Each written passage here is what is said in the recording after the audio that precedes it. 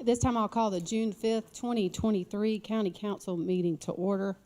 At this time, I will recognize the Honorable Bumparati, who will lead us in the invocation and pledge of allegiance.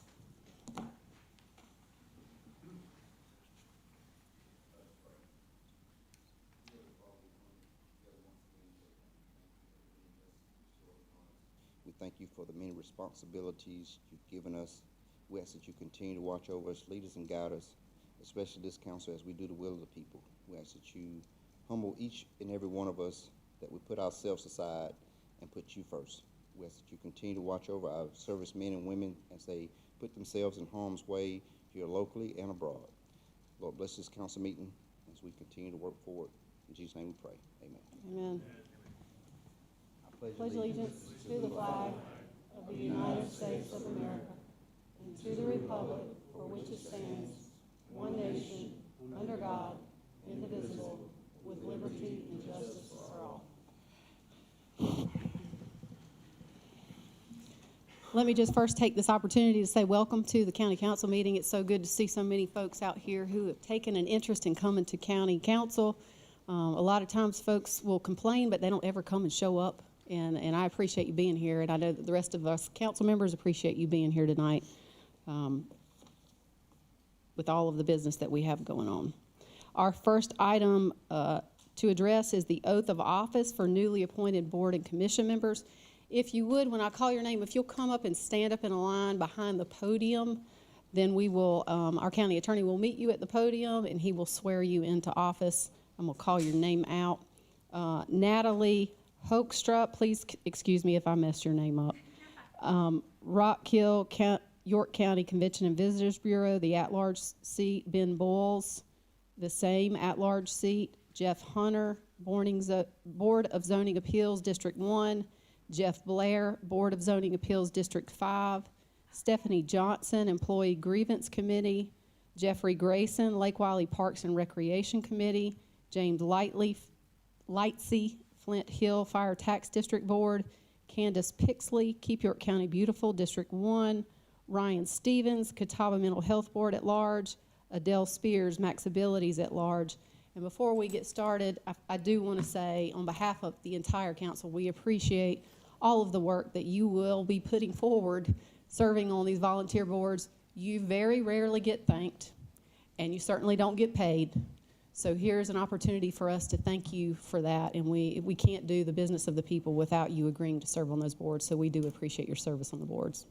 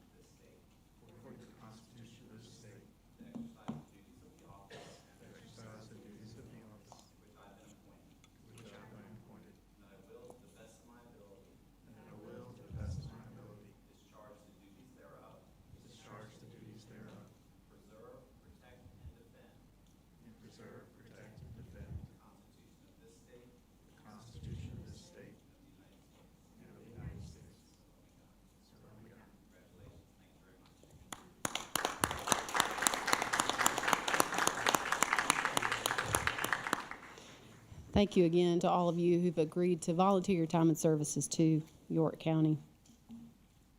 We do not have any appearances tonight. We move now to our public forum session.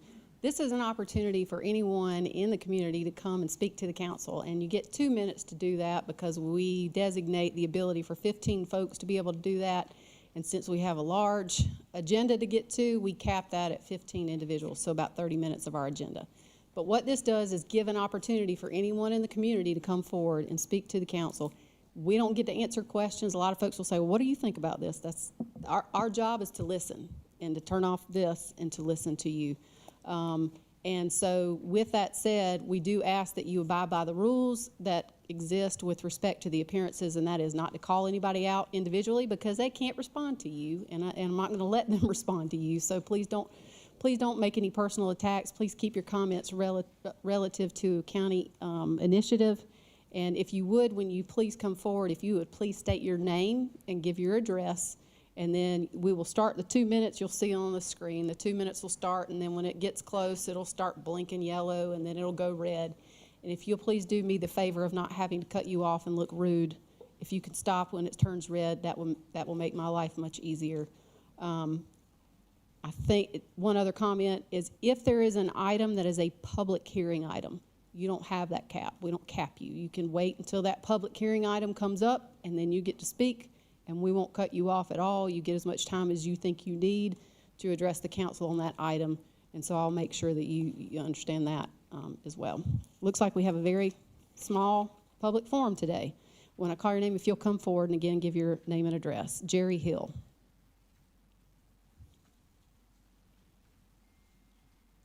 Hello, appreciate the chance to be here. I'm Jerry Hill. I'm president of Calamore Development, which has item 5 on your agenda tonight for the second reading. I talked to Diane today on the staff, who's been extremely helpful in this process, and she suggested, since I'm new to this, several of you have dealt with Jim Jervis, who was on our staff and has been at the previous hearings and all that. Jim left us about a month ago due to a health issue, and so I'm the new kid stepping up to this. And so I just wanted to express our appreciation to the staff. They've been very, very helpful to us.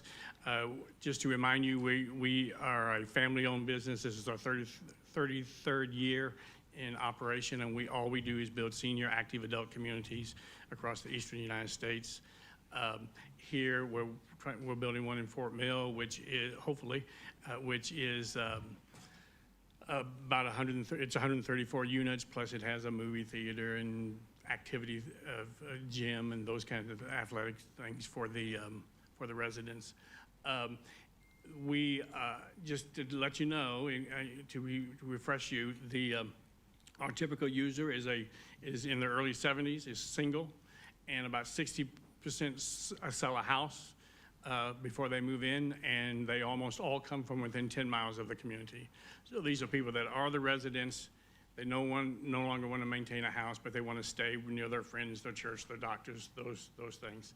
And that's who we do. The community will be about half full by the time construction's over, and within a year it will be completely full, and then there'll be a waiting list. So we've done these a lot, and we look forward to being in this community as well. So thank you. Thank you, sir. Stephen Trippy.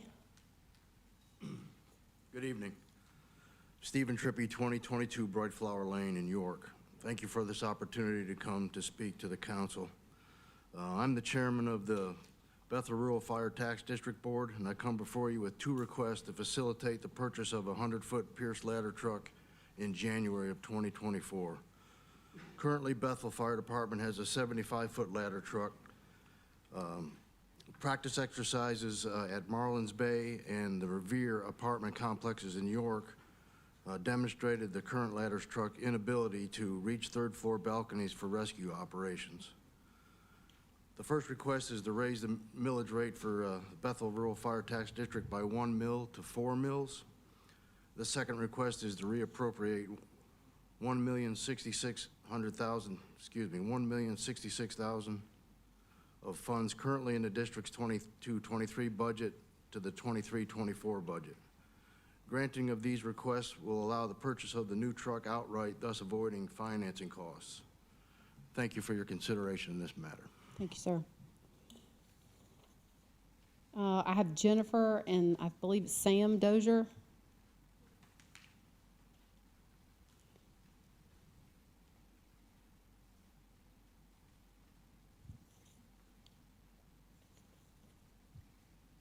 Jennifer and Sam Dozier, 2850 Gordon Road, Rock Hill, South Carolina. We have a new construction on our land that my parents just built, and we had it transferred from AGC 1 to AGC last year, but we realized that we want to mark it off with 2 acres instead of the 5 that we would have to do with the AGC for my parents to have, so they can do the tax exemption, the homestead. So we have to do their house, the 2 acres in RUD. It's AGC right now, we're wanting an RUD. Just those 2 acres for my Is parents. it, just so I can be clear, is this an item that is on the agenda tonight? Yes. Yes, it Can you tell me, is it in consent or is it in the main motion? Just so council's aware, and I'll give you a little bit more time. So this is our second meeting. I don't, We met with the zoning last time. and they agreed to It's it. in consent? No, this is a public hearing item. Okay. Just so you're aware, this is a public hearing item, which means you can come up and speak until your heart's delight, but I'm going to give you another 20 minutes to be able to take your comments since you signed up. But it is a public hearing item, it looks like. Which one is it? It's the last Jonathan? one. The three, It's number 3. number 3 in the public hearing. Okay, number 3 in the public hearing item. So, We can come. basically, I just want to get the house that my parents just recently built on our property put in from AGC to to RUD. Because we want to do it for 2 acres instead of 5. The reason for from the 5 to the 2 is we have, right behind my parents is a building that is ours, and a pond behind that. So if we did 5 acres, it would take the building and the pond, half of it. And for some reason, if we ever rented it out, or if anything ever, God forbid that ever happen anytime, I know it's inedible, but we would like to rent it out and not have anybody Have access our to the building and and, pond. yeah, to apply for Just try to liability. simplify things. Thank you. Thank you. All right, that concludes our public hearing, not our public forum session. Those were all the individuals who signed up. Do you want? We move now to our consent agenda. Do we have a motion for consent agenda? Yeah, I'd like to go ahead and remove something from consent. Okay. Number 5. All right, number 5 will be removed from consent and moved to old business. What is 5? Number 5 in consent Consent. will be removed to, Consent. hang on.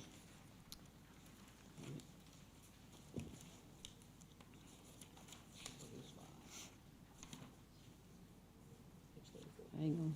That's a reason. I'm getting there. Give me a second. My fingers ain't sticking. All right, number 3 in old business. So number 5 in consent will now be number 3 in old. Any other removals from the consent agenda? So do we have a motion to approve with that amendment? Yeah, motion to approve with the amendment to move number 5 to new business, or old business, excuse me. Second. Motion and a second. Any discussion? All those in favor say aye. Aye. Any opposed? Hearing none, consent agenda is approved with that amendment. We move now to our public hearing items. I had it been over, now I can't find it. Here we go. Item number 1, rezoning action. Hold a public hearing and consider first reading case number 23-11, tax map number 57700000070 and 0148, to rezone from OI and RSF 40 to RMX 20, 0.07 acres of OI and 0.5 acres of RSF 40 in District 2. Can we split hairs any more than we have done that tonight? Mr. Buono. Yes, ma'am. The application is to rezone one of these parcels and a portion of another to the RMX 20 district. You can see on the aerial here, the small 0.07 acre portion currently belongs to the marina here, and the adjacent neighbor, a single-family residence. They are looking to acquire that property from the marina in order to expand their yard for their dog and to fence that in. So they have insufficient land to create a parcel in the existing district even with that addition. So that's why the request is to rezone to RMX 20. So this proposal is mostly consistent with the comp plan and the future land use map. You can see the single-family residential designation in the comp plan would seek a slightly larger lot size than is proposed here. However, there is RMX 20 directly adjacent. There's an existing home. There's no new lots that are proposed or even possible. So staff recommends approval, and by a vote of 9-0, Planning Commission likewise recommends approval. Thank you, Mr. Bueno. Are there any questions for staff before we move to public hearing? All right, having no questions for staff, is there anyone here who wishes to speak against this request? And if you wish to speak against this request, if you'll come forward, state your name, and give your address. I am not seeing any movement. Is there anyone here who wishes to speak in favor? If you want to come forward, please state your name and give your address. Yeah, we'll keep it quick. I'm Rebecca, and this is my husband, Andy Freiheit, and we're the property owners that are making this request.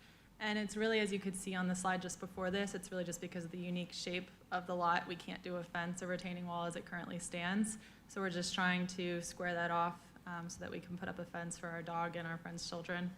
And as Jonathan covered, we're just trying to rezone both parcels, the small parcel in orange from the marina as well as ours to the RMX 20, so that we're able to do this.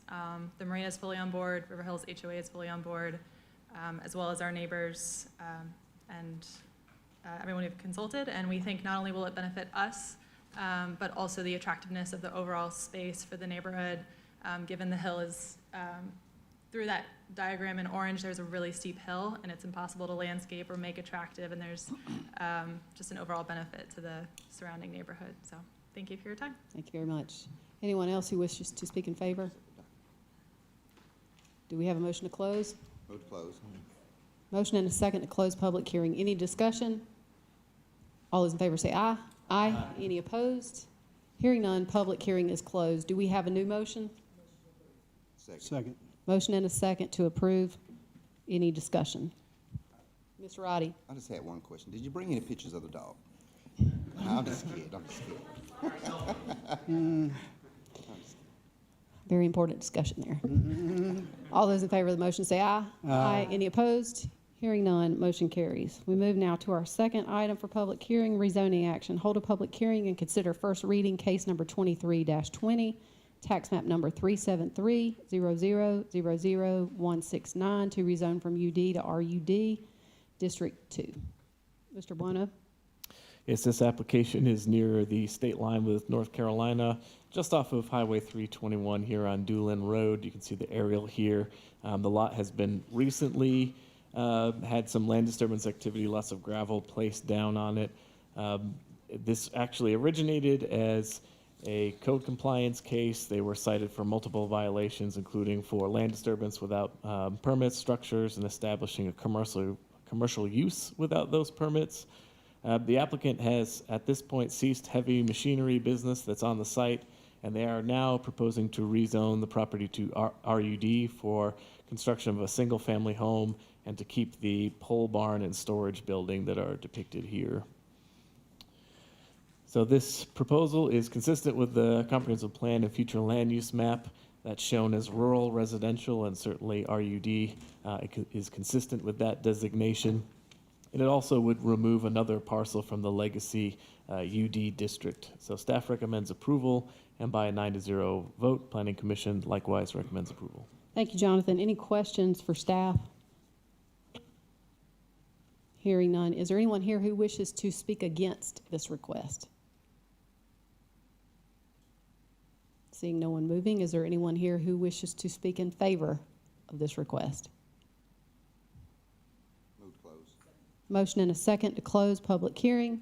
Any discussion? All those in favor say aye. Aye. Any opposed? Hearing none, public hearing is closed. Do we have a new motion? Second. Motion and a second to approve. Turn on your mic. To approve first reading. Any discussion? All those in favor say aye. Aye. Any opposed? Hearing none, motion carries. We move now to our third public hearing, rezoning action. Hold a public hearing and consider first reading, case number 23-22, tax map number 437-00-00035, to rezone from AGC to RUD, 2-acre portion of a 14.93-acre parcel in District 5. Mr. Bueno? Yes, this request is on Gordon Road. to rezone a portion of the property from AGC to RUD. It would leave behind a 12.9 acre parcel that would remain AGC. You heard from the property owners earlier this evening. You can see they want to create this 2 acre lot here. That home is already existing. So they would like to subdivide that out so that each home is on one lot. Staff recommends approval with a condition. This request is mostly consistent with the comp plan and the future land use map.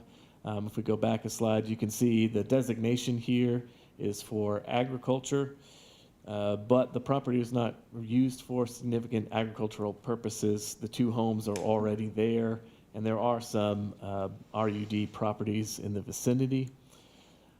So therefore, staff recommends approval, and Planning Commission likewise recommends approval with the standard condition that it needs to be subdivided so that there's only one district to each lot within 90 days of rezoning approval. I should have recognized this when this came up. I believe the Dozers were the ones who came up and spoke at the public forum section. Are there any other questions for staff on this one? Okay. Is there anyone here who wishes to speak against this request? Seeing no one moving, is there anyone here who wishes to speak in favor? I think the Dozers already spoke, and I just want to make sure that they don't feel like they need to do it twice. We heard your message. Any others? Do we have a motion to close public hearing? Motion. Second. Motion and a second to close public hearing. Any discussion? All those in favor say aye. Aye. Any opposed? Hearing none, public hearing is closed. Do we have a new motion? Motion to approve. Second. Motion and a second. Any discussion? Do we need to mention the condition? I think we should. Is your motion to include the condition that's been provided? Yes. Second, approve that as well. Second. All right. All those in favor say aye. Aye. Any opposed? Hearing none, motion carries. Item number 4, council to hold a public hearing and consider third reading of an ordinance to amend the code of the County of York, South Carolina, Chapter 51.05, Water and Sewer Rates and Charges, Terms and Conditions of Service, Sections B2 and B10, in order to amend the water rate schedule and sewer rate schedule, and to provide for matters related thereto. Is there anyone here? Is there any comment from management before we open it up for public hearing? Once again, these rate increases are due to what, Mr. Madden? Primarily by the rate increases passed along from the city of Rock Hill. So it's a pass-through is what the increases? Yes, ma'am. Okay. Is there anyone here who wishes to speak against this request? Is there anyone who wishes to speak in favor? Hearing none, do we have a motion to close? Move to close. Second. Motion and a second to close public hearing. Any discussion? All those in favor say aye. Aye. Any opposed? Hearing none, public hearing is closed. Do we have a new motion? Motion to approve. Second. Motion and a second. Any discussion? Mr. Roddy? I just want to point out that this rate increase is an 11% increase that's being passed on from the city of Rock Hill that we are having to pass on to our customers. Any other discussion? All those in favor say aye. Aye. Any opposed? Hearing none, motion carries. We move now to the first item in old business. Council to approve second reading of an ordinance to amend the Code of County of York, South Carolina, disposal of waste at the county landfill, Chapter 33, Sections 50.02 and 50.33B and E, in order to define primary residence, to provide for an increase in fees for the disposal of municipal solid waste, construction and demolition debris, and land clearing debris at the York County landfill, to remove fees for clean concrete, brick, block, and asphalt, to revise the fee exemption provision, and to provide for other matters related thereto. Move to approve. Second.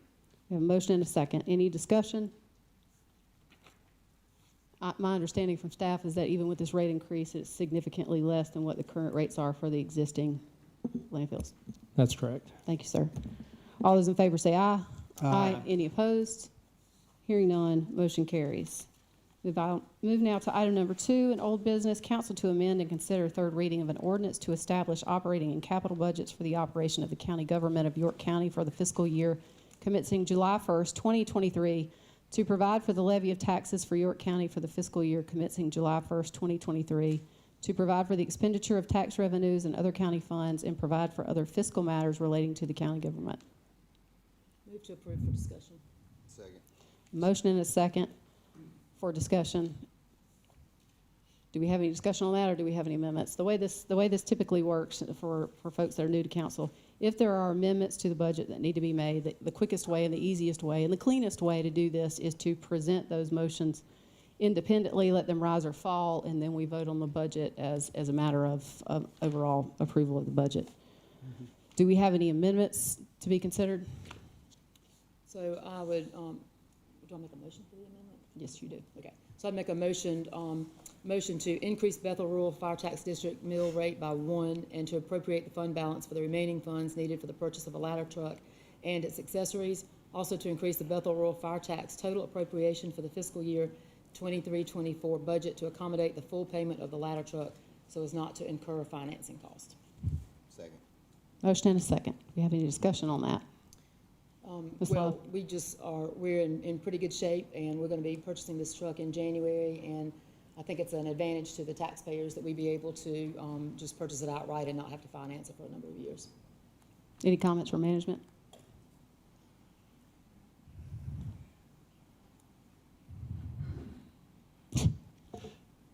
I concur. Just as the county tries to operate on a pay-as-you-go basis for the capital needs, the Bethel Fire District is in strong financial shape, and with this 1 mill allows them to save significant taxpayers' dollars over the upcoming years. Any other comments from council? Any questions? All right, so what we're gonna do is we're gonna vote on this amendment. And so anyone, and then we'll take the next amendment if there are any others that folks want to propose. So if you are in favor of this amendment, say aye. Aye. Any opposed? Hearing none, the amendment is now made part of the main budget. Do we have any other amendments? I would like to make an amendment on the stipend to add 60,000 to the pay call and find it somewhere other than the equipment money. I appreciate what they do, and cost of living's going up, and it ain't but enough to help them get gas. Second. We have a motion and a second, so now we will debate the issue of the fire stipend increase. Any other discussion on that? Well, I mean, I personally, oh Lord, give me grace on this, but, I mean, if we can approve everything else, and this is a dire thing that these fellas do, most of us don't get up at 2 o'clock in the morning to go put a fire out or get a tree out of the road, and they're doing it on their own time, and they need something for a little appreciation. It ain't much to ask considering everything else that we do, but it should come out of somewhere else. I mean, they need the equipment money. You don't want to send them to a fire with inadequate equipment. Thank you, Mr. Jack. Yeah, Claudette? agreed. Yeah, just, again, we need to take care of our firemen. We need to take care of our police officers. It's critical. I think this small amount will can make a difference in some of the volunteers' pocket here. So again, we want to watch out. We want to make sure they're taken care of. And again, I'm fully in support of it. And I agree, it should not be coming out of the equipment. We can work through that piece. Any other discussion? I'll jump in right here.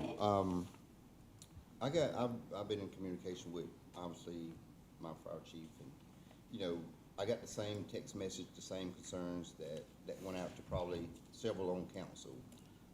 My only concern is when we've had these budget talks and these workshops, that this really wasn't presented to us all along the way. I got the message last week, I think it was, and we have to understand what a budget is.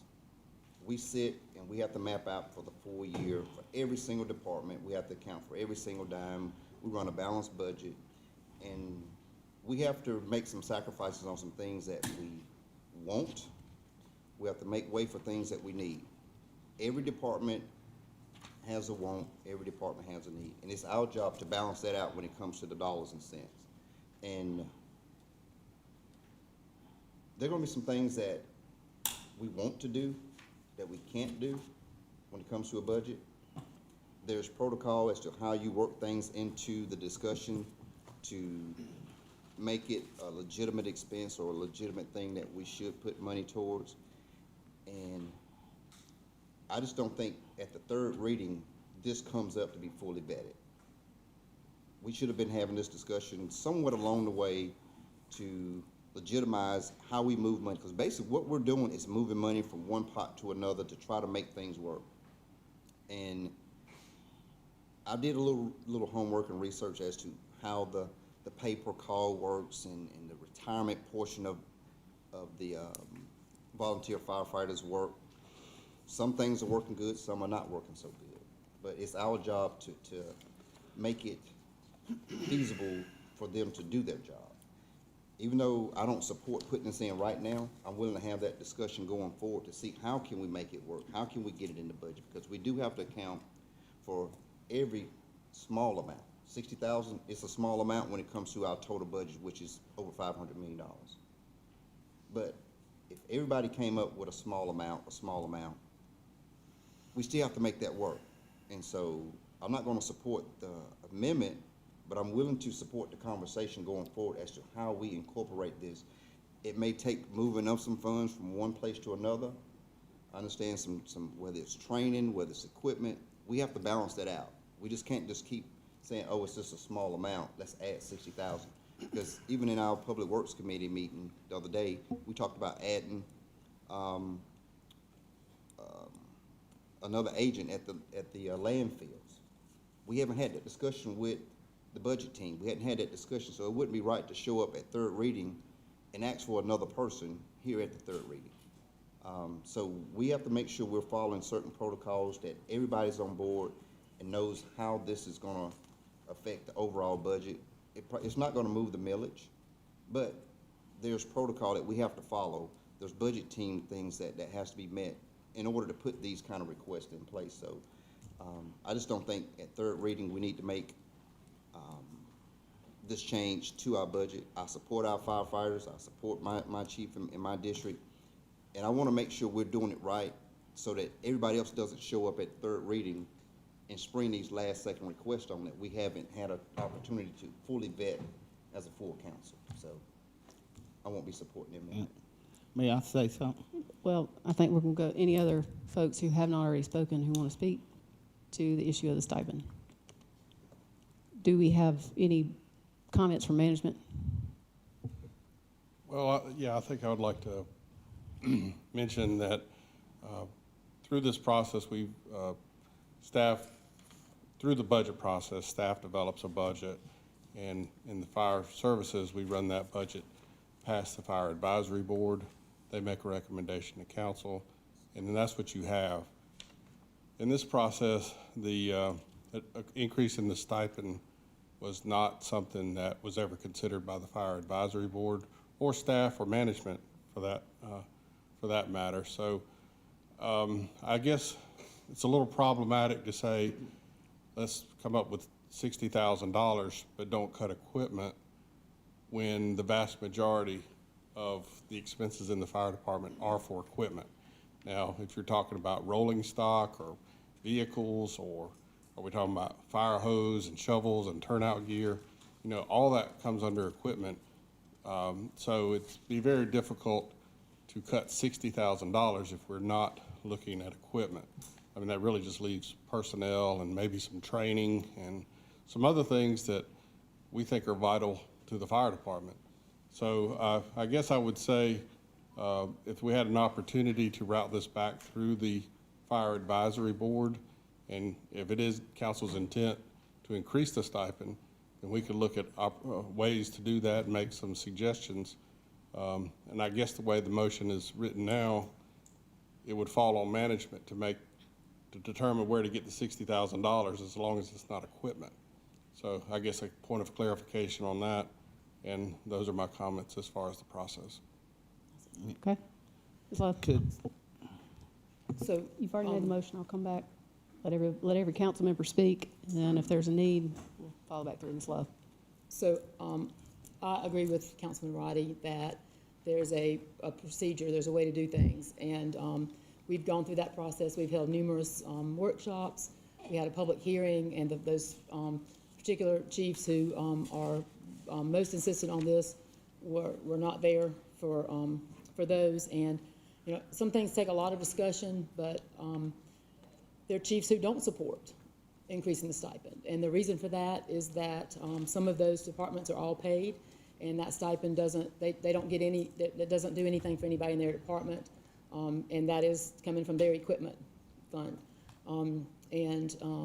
For Bethel Fire Department, who is very well trained, and they've put an emphasis on training and developed their own training center and put a lot of time and effort and money into that. When we as a council started talking about this, I feel like I personally made a mistake to vote. We all voted unanimously, but I feel like I made a mistake to take training out of the equation. So what happened is, well, we had firefighters who were all getting a stipend, but and you don't know what that number is till the end of the year, because you don't know how many calls they're going to get, and you don't know how many people are going to show up. So that's a number that comes out at the end of the year when you've got everything tallied. But the issue is that we have more firefighters, more volunteers. This is only for volunteers. We have more volunteers showing up for accidents. But the issue for me is that those volunteers are less trained in some cases because we took that out of the formula. Mm-hmm. And so when we do have this discussion again, that's going to be my recommendation, is that we have to have something that, you know, encourages these guys and incentivizes them not to just show up in the middle of the night, which, you know, none of us really want to do that, but they're great. I love all of our firemen, and but I want them to be trained. I want them to be trained for the people that they're going to serve, and I want them to be trained for their own safety. And I just think it's very important. And I also feel like that I mean, when things get tough up here sometimes, and there are just some groups of people that you always support, and you want people to know that you support them. And our sheriff's office is a group, and our firefighters are a group. And I would also just say that I think once management has gone through the process that we've all gone through, that they should also hold firm on what got us to this point. And so I'm open to the conversation, but I will propose some changes at that time, and maybe we go backwards a little bit and add that training back into that. Tommy Atkins has got a heart for the firemen here, and I mean that's a big priority for him. So, you know, we want him to be able to help the firemen, because that means we all help them. But a lot of times we sit up here and it feels like you're about to get hit by a bus, when part of you are, it sounds like some of you are for the fire department, some of you are not, and that's just not the case. We are all for the fire departments, but in my case, I'm also for safety. Any other comments? First round? Well, I mean, we've got somebody down here who wants to speak to their motion. Is there anyone else who wishes to speak who has not spoken? I'm going to concur with the last two comments, because I think there was an audit done in January, presented in January. I think we still need to revisit some of the items that are in that audit, in addition to what's been brought up tonight. So I would concur with postponing this portion of the budget. Ms. Cloninger? Okay, first of all, I'm going to say that firemen have a very special place in my heart, because in January of 2020, my Flint Hill Fire Department saved my husband's life due to COVID. And you can't put a $60,000 price tag on that one. So I've had conversations with I don't make any decision that I make, I don't just do it offhandedly. You can trust me that I have investigated. I have a notebook full of notes that I have taken, because being new on council, I wanted to make sure that the stipend was something that I truly understood the background as well as what is happening now. And I guess my big takeaway and concern would be the training aspect that Councilman Love brought up.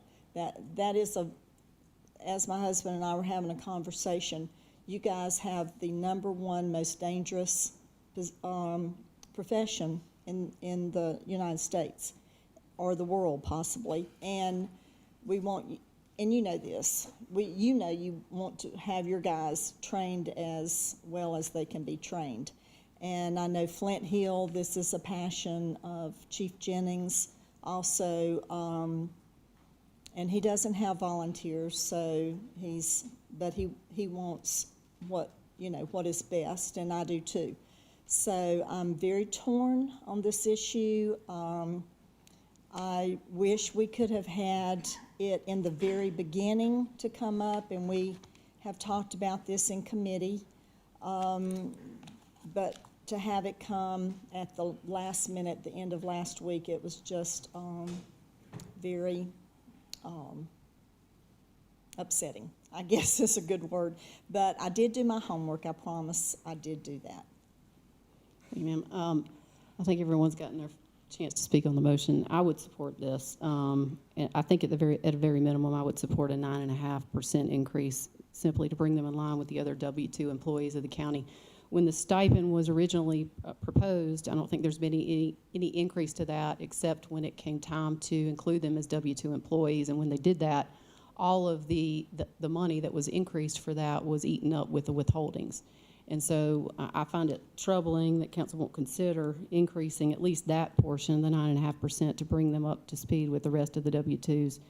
I'm not immune to the comments that I've heard from other council members. I do understand that waiting until third reading presents some obstacles, but we make changes at third reading all the time. And I just, one of the things that I'm trying to look at this is where there's a will, there's a way. And I think if we could reduce some of these line items, for instance, with the furniture inside for chairs and filing cabinets, I think a better use of funding, at least if we cut that in half, since it's not a recurring expense, would be to go towards increasing that. The food line item, instead of going to 9, reducing that to 7,500. The postage, doesn't seem like we've ever hit 500 if we reduce that to 750.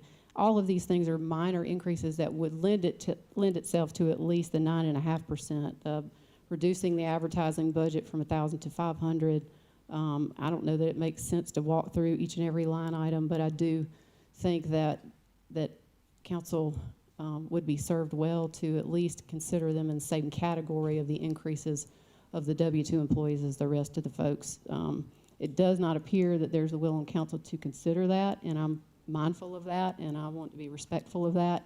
I just feel like that we should be a little bit more with inflation increases, expecting our volunteers to show up on scene and do that on their own dime, and not even to consider them an increase to that with the gas and their own personal gas to show up to that. I feel like we're missing an opportunity here. But I do agree that waiting until third reading presents some obstacles that's different. I would support the amendment. I don't know that we need to continue to have the discussion, since there doesn't, even with those changes, that would only account for the 9.5%. It doesn't get to the 60,000. So if there's not the will of council, then I think on this particular amendment, it probably makes sense. And Mr. Atkins, I see you raising your hand if you speak, I think I'm gonna need to let everybody else speak. So We'll let them speak. Go ahead. I have been talking about this since my first meeting in JPS. Management knows it. Majority of y'all bumped now. He did miss some meetings, so he may not. But I have brought this up way before now. But that's about all I got to say. Is there any other comments, Mr. Roddy? I was going to ask, can management look at what Chris, you just brought to light? Can management look to maneuver some funds from one place to another that would satisfy the fire chiefs and the advisory board, that it could possibly work? Just going forward, not the answer now, but could y'all look into doing that would satisfy what they're looking to achieve with the 60,000? We can, although I would suggest a couple of things, is that we have the ability to cut equipment if that's what needs to be cut. And the chair mentioned file cabinets and stuff like that. I mean, that's still equipment. I mean, I don't know where we draw that line, but I think the proper way would be to vet it back through the Fire Advisory Board so that staff in the fire services, the advisory board, and management all could have some evaluation of what would make up that difference. So we wouldn't be opposed necessarily to the increase of the stipend. We've not tried to vet that. We've not talked to any chiefs or taken any kind of poll. Some chiefs have made that known to us. I don't want to say we haven't had those discussions, but we haven't tried to vet whether or not that's supported by all the chiefs. So again, taking it back through that process to where we could evaluate where those funds would come from, because they have to come from fire services, would be fine with us to do so. And we could come back to council at some point after the budget was passed and make whatever modification needed to be made. And one more thing for Tom, we can always amend the budget after third reading. So this is not like, just because we don't approve tonight, doesn't mean there's not a pathway to get there. So just wanted to kind of share that. Thank you, Mr. Roddy. Any other comments? Shouldn't we discuss it maybe in a workshop? I think we can forward that. I think the purpose of what we have on the floor and the motion on the floor right now has to do with the current budget. So we can address that, as Mr. Roddy said, Okay. at a future budget for a change in the budget. Any other comments? All right, so just so we're clear on this amendment, we are voting solely on the amendment to increase the stipend as represented by Mr. Atkins. All in favor say aye. Aye. Any opposed? Wait a minute.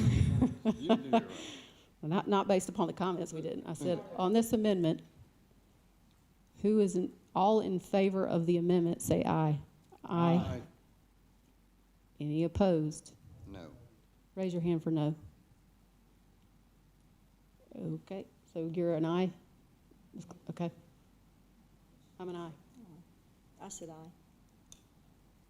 Okay, the amendment passes.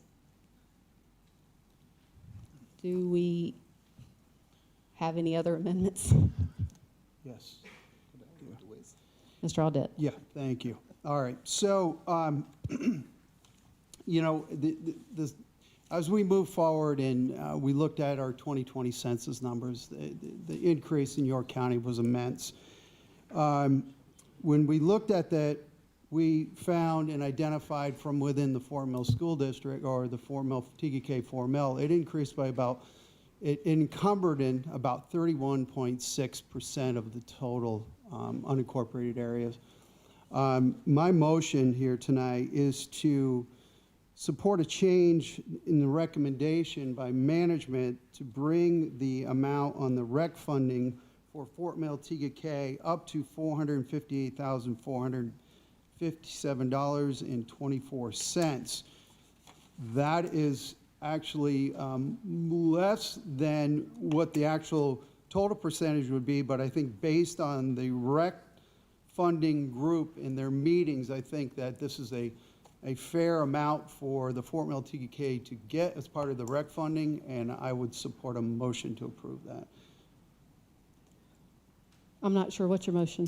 So the motion would be to modify the recommendation from staff to increase the amount to the Fort Mill TGK to $458,457.24. Where's that coming from? Well, we would have to then discuss how we're going to modify that based on the request and how we can get that funds from other allotted monies. $458,457.24. So as I understand your motion, you are requesting that with respect solely to Fort Mill and TGK, that allocation that was presented by the Municipal Association drive those two districts' percentage allocation of the rec funding. That is correct. Okay, so I think the only concern, well, do we have a second? And then we'll have some discussion. I'll second it, but yeah, we need Okay, discussion. so we do have a second for discussion. I just want to make sure the motion is clear and that we have a clear approach to what we're doing. I think the one thing that, if we're going to be going with the municipal recommendation if the motion, I guess, to amend is to consider Fort Mill and TGK's allocation then that impacts the rest of the allocation that exists. And so we would need to figure out how the rest of that allocation would work. Let me just ask this question generally of management. Tonight, we have the decision before us to approve the amount of the total amount, which is can you give me the total? I think it's 1.5 million, 1,590,500. That's the number I've written down. Can I get confirmation that that's the number? Yes, ma'am. All right, so the total number that's available for allocation that's included in the budget is 1,590,500.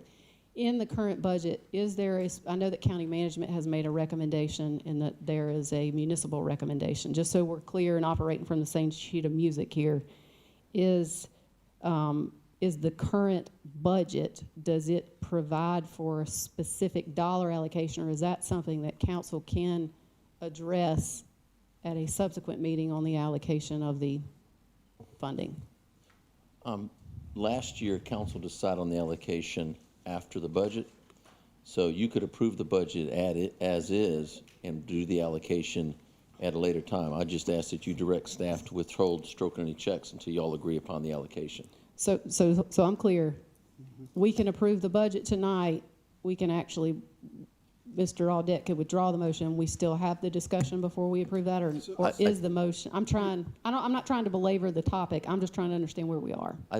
To me, and Michael, maybe you chime on this, but I think the motion needs to be to approve the budget amount, the allocation, the appropriation in the budget, but to make it clear that council is not determining allocation at this time. Because right now, as part of the information we've given on the budget, we provide you an allocation manager's recommendation.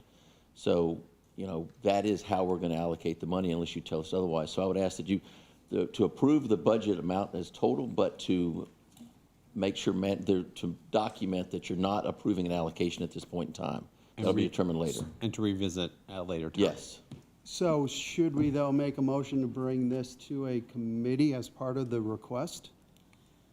You could, but just make it clear in your motion regarding the budget that the allocation is not determined yet and will be at a later time, and management's not to distribute funds until that is approved by council.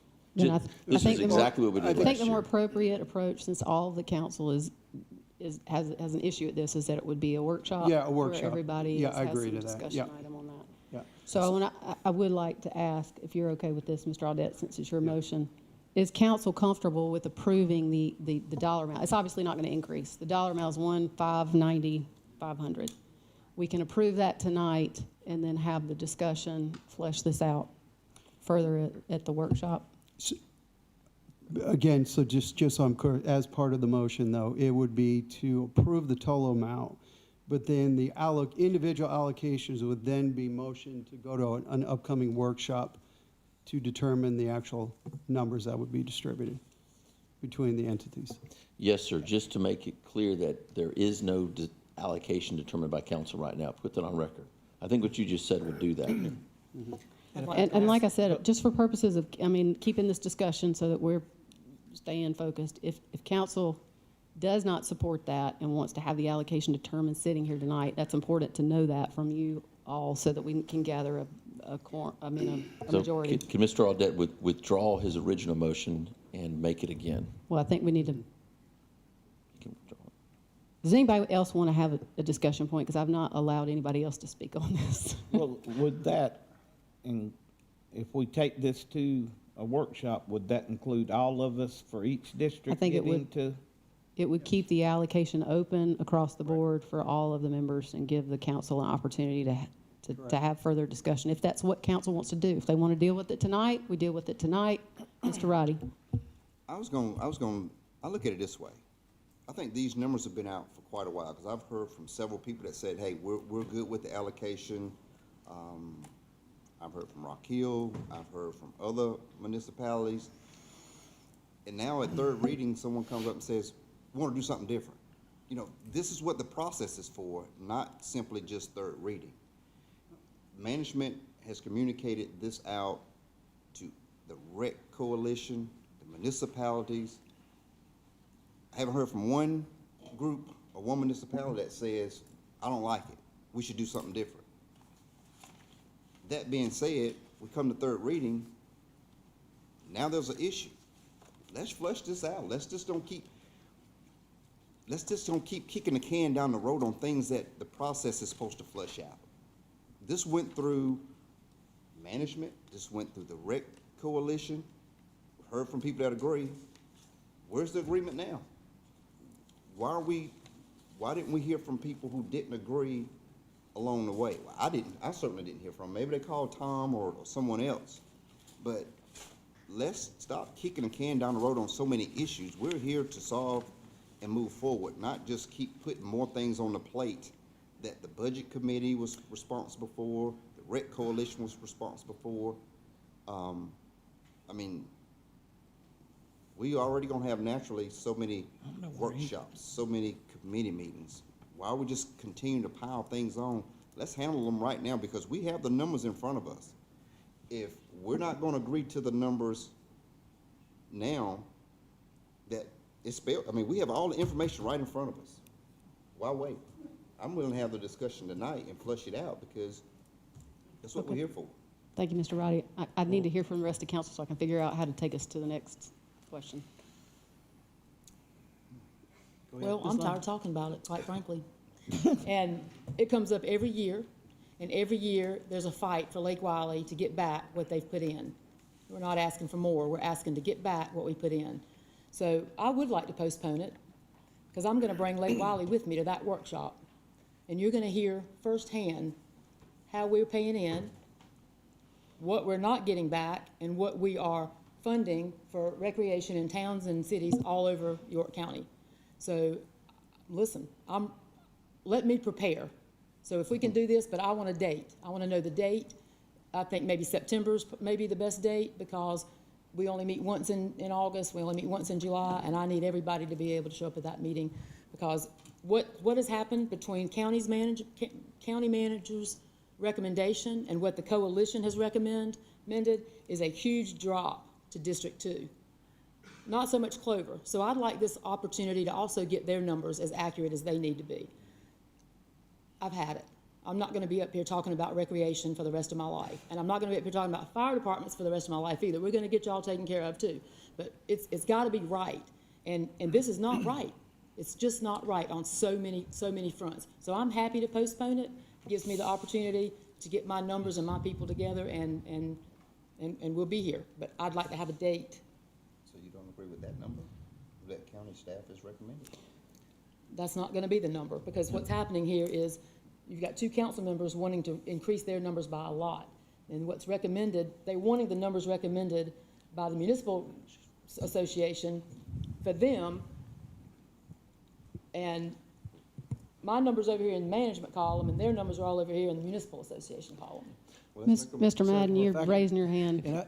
I confer with Mr. Kendi about this. Mr. Audette, you need to withdraw the motion, and then the motion to redo the allocation, because that allocation includes another fund, Field Day Park. Okay, and unless we're gonna go back and redo 3 readings in a public hearing on a budget amendment for Field Day Park, you would have to have the allocation for Field Day Park needs to be settled tonight.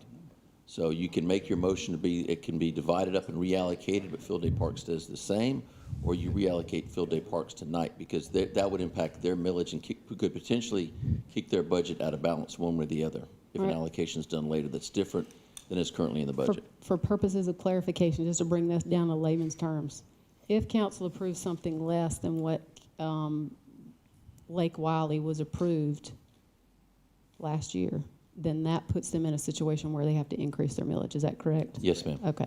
Is any council member in favor of that? Well, I think, This is going to help me figure out what our next motion is. I don't support that. Do you support that?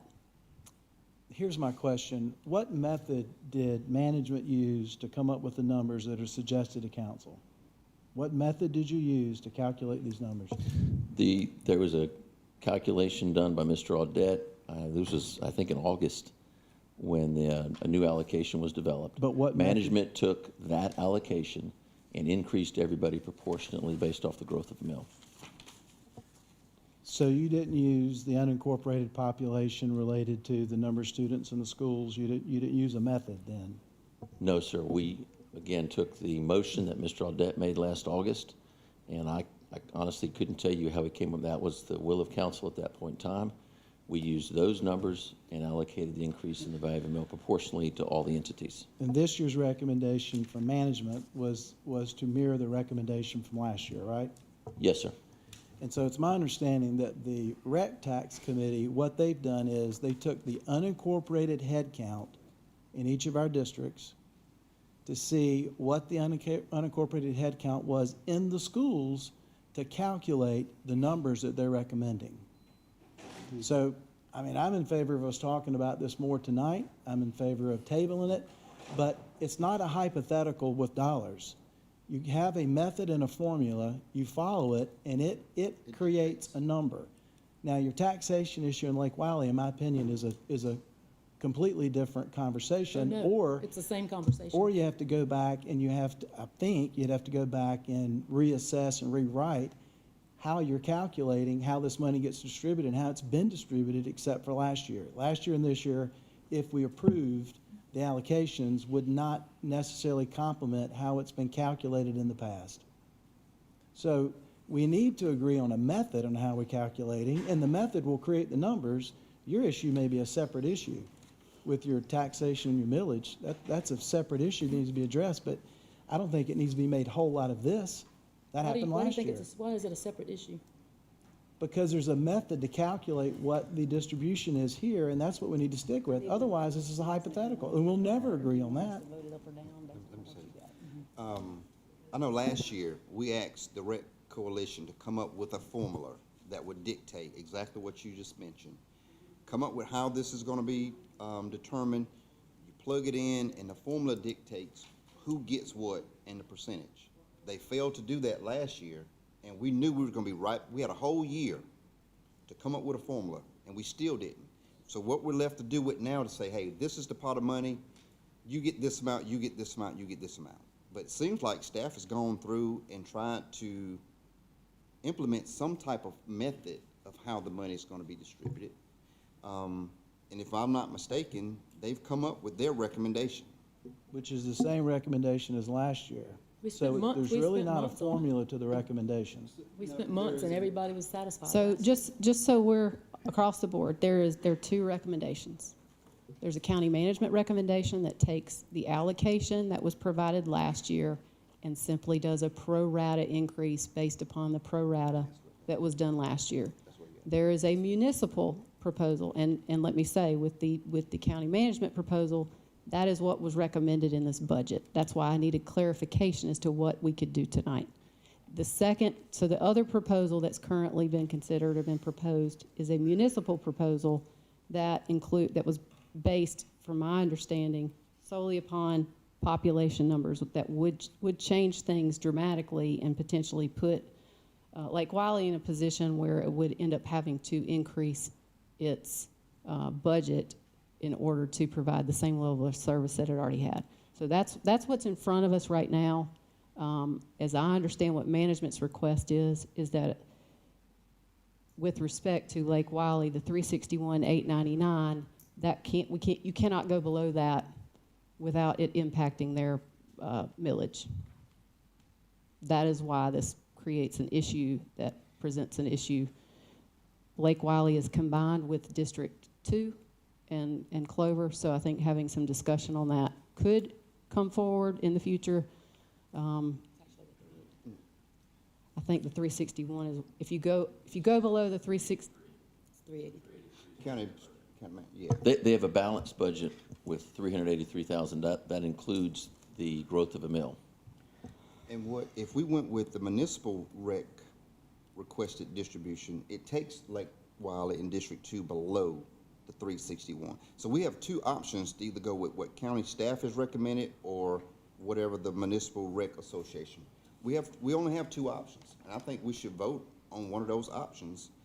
Well, I don't know that we have two different options. We can come up with what we want, but I don't know that anybody's prepared tonight because the only motion that's currently on the table is to increase District 4, to increase that, but we haven't figured out how that to address the rest of the districts, which is why it becomes a problem. Yeah, let me make a quick comment here. Bump, you mentioned about bringing this up at the end here. The rec committee presented this to us in opposition of what the numbers were. So there has been a discussion around that, and they are opposed to what the numbers were from the county.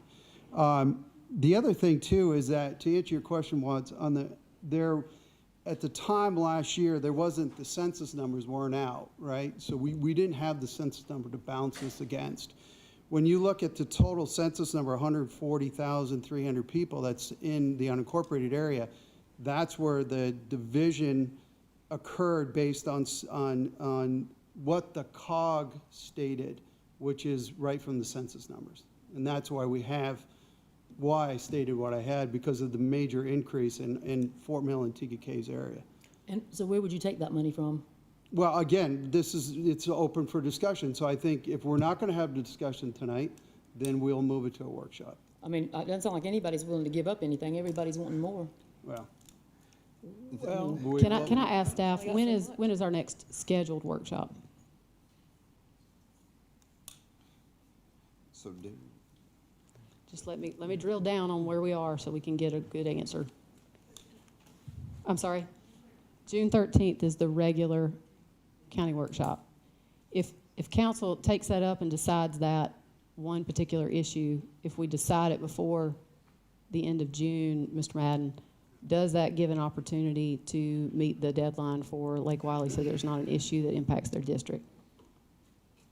You would need to, in a motion tonight, to direct the auditor to make whatever necessary adjustments are to the millage of Lake Wiley if you change it at a later date. If you change Lake Wiley. When's our deadline for the budget, though? It's the end of June. If we have another meeting in June. That's my question. You could defer the entire budget tonight. I don't hear that being the will of council. Okay, then, Defer the entire budget over this? Pretty big deal. well, the numbers are going to stay the same. The numbers, the allocation is all we're dealing with. And I think it's more appropriate to have this discussion in a workshop if council wants to have that discussion. if you're gonna pass the budget tonight with the I'm gonna use round numbers, $1.5 million to be Correct. allocated, okay? Also part of that budget, you have another fund in there for Field Day Park, which has approximately $380,000 coming from this rec allocation in here. If you approve the budget tonight with the 1.5 number, that's all you're approving, but yet you're not approving or tying the allocation down. If you later then come back in and change the allocation to Field Day Park, we're gonna have to go in and do a budget amendment for Field Day Park, which would be 3 readings and a That's public only if hearing. it changes that number. Only if that number were to change. And we have until we can technically have the workshop and come back to the council at our next council meeting, which is the 20th, and wrap this piece of it up. You cannot amend the budget in one meeting. If you can do the allocation, again, if at the next workshop, that allocation to Field Day Park doesn't change, and y'all come up with a new allocation, you have until whenever to do that, honestly. You don't have a deadline on the rest of the allocation. But if you approve the budget for Field Day Parks with the $380,000 approximately in there, you can't change that in one meeting. You'd have to change that in 3 readings in a public hearing. So for purposes of tonight, we would need to at least allocate the 383,606 to District 2. Yes, ma'am. That's just the Lake Wiley side. That's just Field Day Park.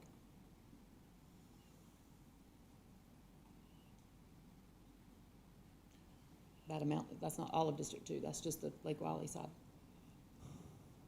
Because the only thing that's changed.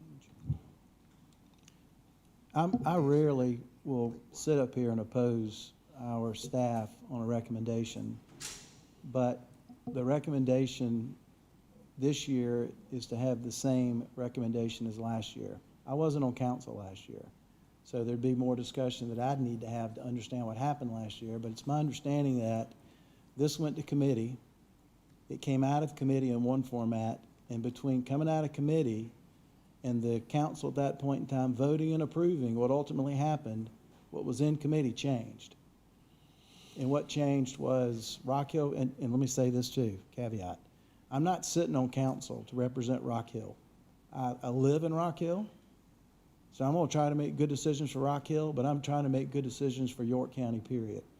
So it's my understanding that when it came out of committee last year, Rock Hill was asked to give up $18,000 to another entity, district in York County, and they agreed to it. But they understood that the growth money that came into play in 2021, that money would be allocated proportionately like the other allocation. This year, the $1,590,000. But Lake Wiley got all that money, and they, not Rock Hill, the whole group, the rec group, didn't know that. So what I'm saying is, I personally, as a council member, don't agree with the method, because there is no method. We're just coming up with numbers. And that's not how you allocate this money, in my opinion. So the rec committee they have a process they use to come up with this, and it has to do with unincorporated heads in the schools. And ironically, when you take the 2020 census numbers and you start looking at it, they're a little different. They're higher for some areas and lower for others. So if you actually use those numbers, the allocation would be less. So I understand, Allison, understand your point about taxation Lake Wiley, and I want to understand that better, because it is different because it's an unincorporated area. Either way, I'm gonna explain it to you. But You're in my missing opinion, a piece of the puzzle. I understand, but what I'm not missing is there's a method to the allocation, and there should be no discretion in the allocation, in my opinion. Otherwise, why are we even discussing this? It should just be a recommendation from, every year, a recommendation from staff to, hey, give each of the 7 districts half and half, Clover Lake, Wiley, the money, and this is the money. So we have to have a method, or we're never going to agree on it, or we're never going to know what we're agreeing to.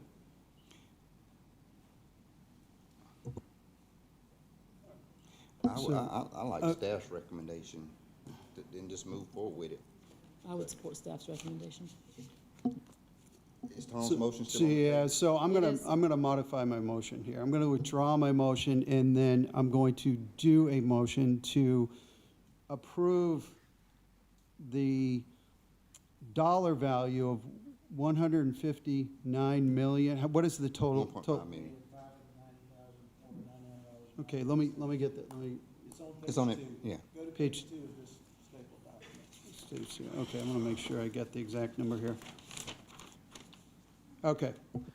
My motion then will be to approve the $1,590,500 in totality with the need or request that we go to workshop to determine the amounts that would be distributed to each of the areas.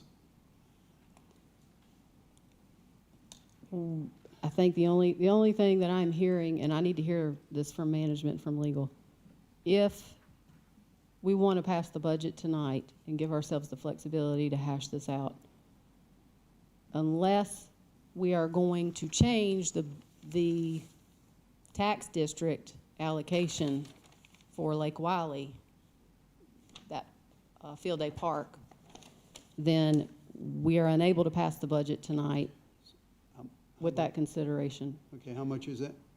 3? There would have to be a determination that, with respect to Field Day Park, that Ms. the Tarday, if you allocation would be just- 383,606. If you added to your motion that Field Day Parks funding stays as is right now in manager's recommendation, that would allow us to move past with that and not have to worry about that fund being out of balance later. So should I give it a dollar amount, or just, I would say that the dollar amount in their current budget. okay, let me just do that so we can move forward and we can bring the rest to.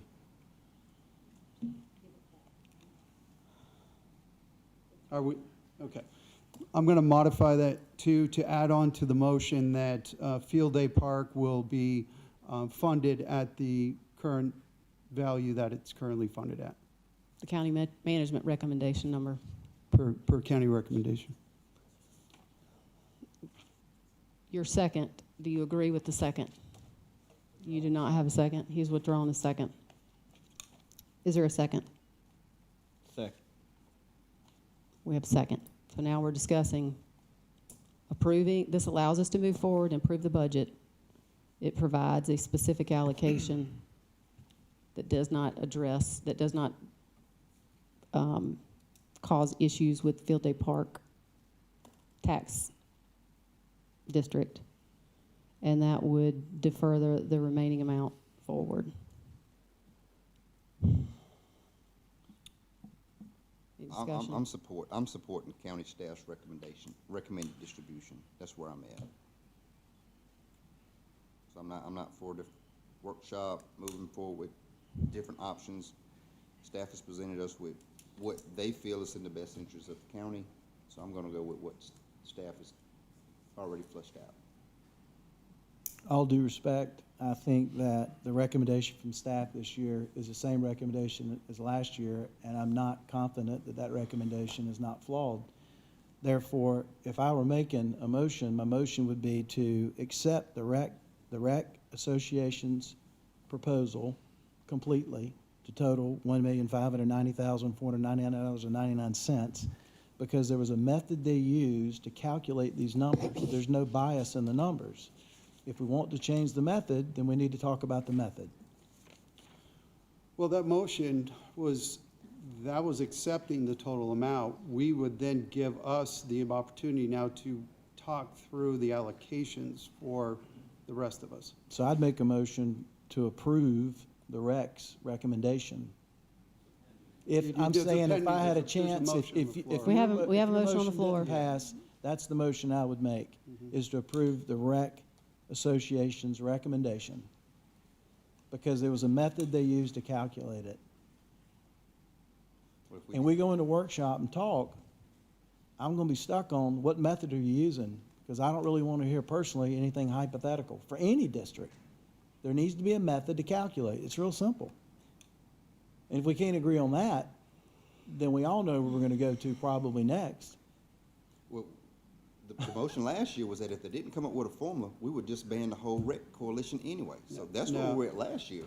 No, that wasn't part of it. We talked last year that if the rec coalition didn't come up with a formula as to how we would distribute this money, that we were gonna disband the rec coalition. I think we're, No. I need, Ms. Love, I'm gonna let each council member speak, and then we just need to vote on the motion that's on the table. I've heard from you too. Ms. Love, do you have any comments? I think that, you weren't here last year, so you might be jumping to a conclusion. I think there's a piece that you're not aware of in this. And I just want to ask you, so are you aware that Lake Wiley pays in 1.5 mills and the municipalities do not? And that the funding that we get back does not even equal what we pay in? So we actually aren't getting any allocation. I am aware, but this tax that's collected has a method on how it's supposed to be distributed. That's a separate issue in my mind. I don't think I'm gonna feel any differently Well, about if you that. vote the way you've said tonight, then you're taking money from the taxpayers in Lake Wiley. No, I'm supporting the method of how we're calculating how this money should be distributed. And if we disagree on the method, then let's talk about the method. All due respect, I understand your pain point, believe me, I Oh, I'm understand not what in any Lake Wiley pain. is. I'm not in any pain. I'm just saying that things need to be fair, and for anybody to try to take money from another district that is not even up to par with what everybody else is getting is I mean, I'm just appalled at that. But it's based, look. Okay, so the census- we're gonna cut out the back and forth, because this is where we would do this at a workshop. I think we've got some constraints in front of us. I need to hear from the rest of council on this. We have a motion on the table that is to consider the proposal that would lock in, at least for purposes of Field Day Park, so that it doesn't have a tax increase, and that would allow us to workshop this. I would ask Mr. Audette that you consider requiring the workshop to be done July 13th, and that this be decided at the next council meeting. I don't think there's any point in trying to dragging that out. June, yeah. June. As part of, to modify my motion, to require the workshop to be June 13th. Bring it back at the council June 20th. June 13th workshop, June 20th council. I need to hear from the rest of the council over here. Let me see where we are. I feel like that I was aware that there were a lot of problems the past couple of years with rec funding, and that you guys worked really hard on this last year, and you gave the proposal. Okay, so I think it should be staff recommendation. I'm for Okay. staff recommendation. All right, Mr. Atkins? Well, all I want is a couple more thousand for each one of mine. I mean, that's all I want. I mean, we ain't as big or nothing, but they do want theirs too. I mean, I'm just being honest about it. I mean, they're part of the community, and contrary to what people think, people from Rock Hill do go to Hickory Grove and Sharon and practice and whatnot. I mean, that's Right. what my people want, you know, on the poor side of town. I think there are, personally, I'm gonna wrap this up. I think there are some questions that I have about the population allocation. I do respect the fact that I think that, that raising taxes in a particular area to do that is a problem. So I think the motion has been worded well enough to try and have some additional discussion on this, which we haven't had. I would support the amendment, if nothing more than to do that, requiring that we actually have it resolved by June 20th, but it doesn't look like that's where the votes are aligned. All those in favor of the amendment say aye. Aye. Any opposed? No. All right, amendment, it fails. Fails. So we are back to the county recommendation that's included in the budget. Do we need a motion for the county recommendation? Nope, it's Okay. already included in the budget. Let's stick with it. All right. Do we have any other amendments before we move to the full consideration of the budget?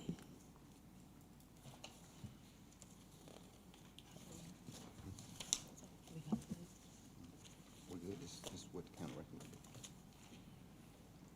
No other amendments? I'm going to call for the, Mr. Atkins, are you going to vote?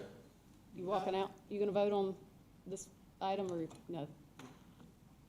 I'm going More concerned about going to the bathroom. we can vote. We can vote on this and we'll take a 2-minute break, bathroom break. We are now to the main motion. All those in favor say aye. Aye. Any opposed? Budget carries 6-1. Mr. Audette, we are going to take a 2-minute break. We'll be back at 7:24.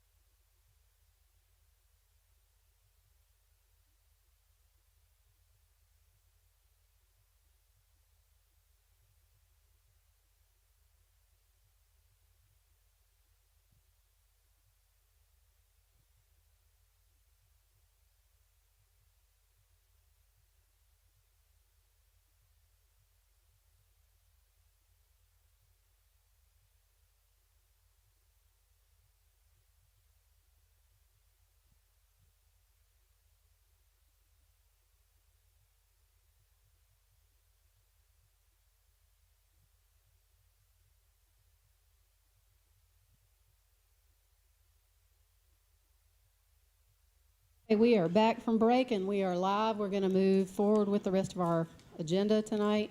I think we need to move now to number 3. We're in old business, right? Oh, number 5 and consent. Hang on, let me get there.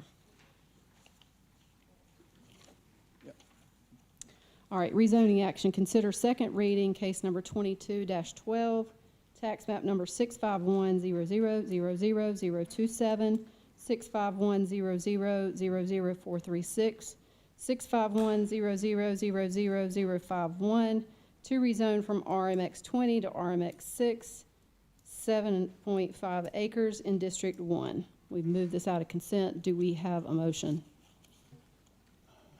Motion to approve. Motion and second. Any discussion? Yeah. So, Mr. Audette? yeah, Jonathan, on this has been away from us for a bit, okay? Now, the old proposal had it only allowing right-hand turns out of the property, correct? No, sir. The Planning Commission, as part of their recommendation to council, they recommended approval, but they also recommended that a condition be applied to the rezoning that had those right outs only. Right. However, staff did not recommend that condition, and council did not adopt that condition as part of its first reading motion. Okay, so that is no longer, so they can take a left or a right out of that facility. Correct, and I'll also add that council had requested that they do a TIA before coming back for second reading, and that has been done. And as part of that analysis, the TIA found that a dedicated left out and a dedicated right out were necessary for the development to function properly. Okay, so both directions then, okay. The other thing is on the traffic study that came back on that, what was the traffic flow? I know that this is would be considered a retirement / home there for, yeah, so the number of vehicles in and out of there, I think was less, but do you have the exact numbers or what they came back with? I do not have the exact numbers in front of me, but I can certainly provide those to you. Okay. I do know that the TIA was approved with the condition that they contribute to a planned northbound right turn lane onto Gold Hill Road. So as long as they contribute their proportionate share of the impact to that improvement, the TIA would pass.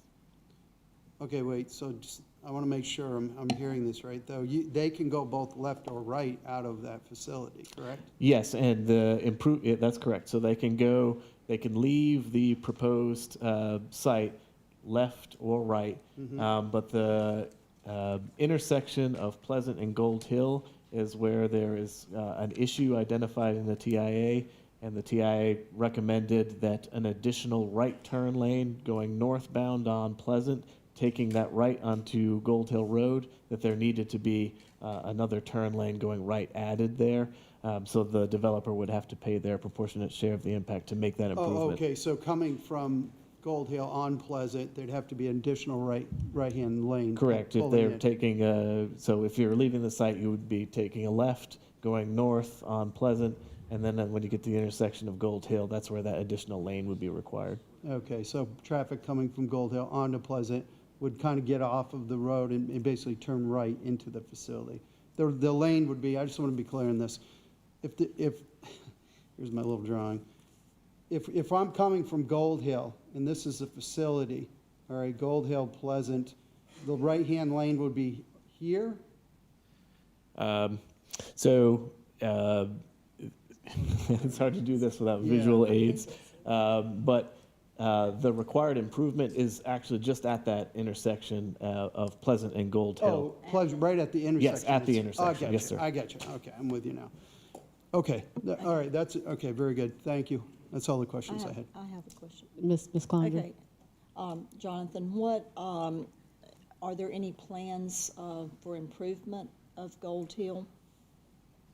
I mean, not Gold Hill, Pleasant, for the future? That's a question for Patrick Hamilton, probably. I can reach out to him and connect to you and follow up on that in this particular area. When planning worked on this, and I think it was, I'm familiar with this.